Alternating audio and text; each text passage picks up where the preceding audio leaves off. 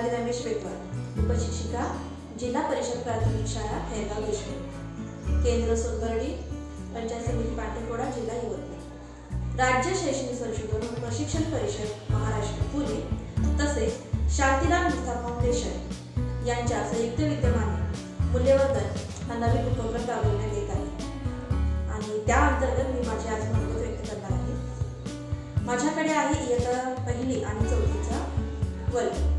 या आधीही मूल्य आपण मुलांमध्ये रुजवत होतोच, अभ्यासक्रमामध्ये त्या गोष्टी अंतर्भूत होत्या। अध्यापन करत असताना वेळोवेळी आपण त्याबद्दल मुलांना माहिती देत होतो, त्यांच्याकडनं त्या काही गोष्टी करून घेत होतो।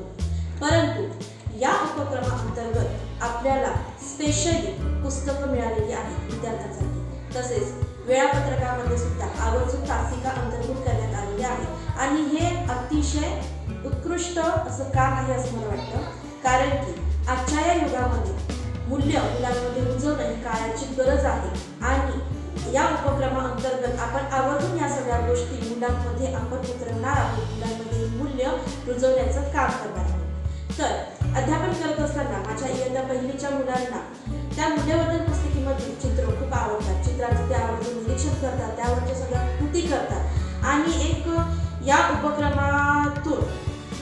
उपक्रमावरील कृती करून घेत असताना एक गोष्ट मला आवडली की माझे इयत्ता पहिलीचे जे मुलं काही लाजाळू असतात किंवा शिक्षकांशी डायरेक्ट कॉन्टॅक्टमध्ये येत नाहीत, घाबरतात, अशी मुलं सुद्धा मनमोकळेपणाने या चर्चेत सहभागी होऊन त्यांच्याबद्दल ते सांगू लागले, कारण की दैनंदिन जीवनातील त्यांच्या स्वतःच्या आयुष्यातील घरच्या गोष्टी असल्या कारणाने ते अतिशय छान पद्धतीने न घाबरता आपल्यामध्ये सहभागी होतात आणि आपल्या सगळ्या गोष्टी इथे शेअर करतात।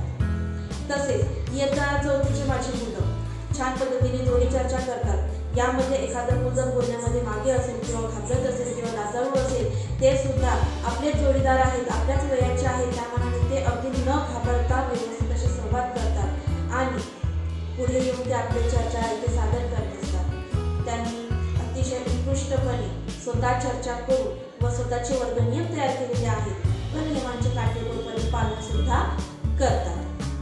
ही एक म्हणजे त्यांचं मला खूप कौतुक करावं असं वाटतं की या वयामध्ये त्यांनी स्वतःसाठी नियम तयार केलेले आहेत आणि ते नियम मोडले नाही पाहिजेत यासाठी सुद्धा ते काळजी घेत आहेत।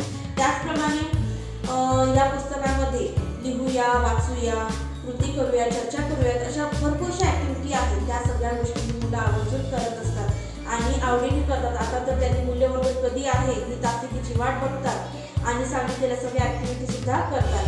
त्यांच्या घरी सुद्धा ते आपल्या पालकांशी याबद्दल चर्चा करतात, बोलतात, घरातल्या गोष्टी शाळेमध्ये सांगतात, शाळेतल्या गोष्टी घरी सांगतात। यातून मग त्यांना नवीन नवीन मूल्य, नवीन नवीन गोष्टी, त्यांच्या भावना आणि कसं वागायला हवे, त्यांच्या चांगल्या वाईट गोष्टी याबद्दल मुलांना माहिती या उपक्रमातून आपल्यालाही देता आलेली आहेत आणि मुलांनाही बऱ्याच गोष्टींची जाणीव होत गेलेली आहे।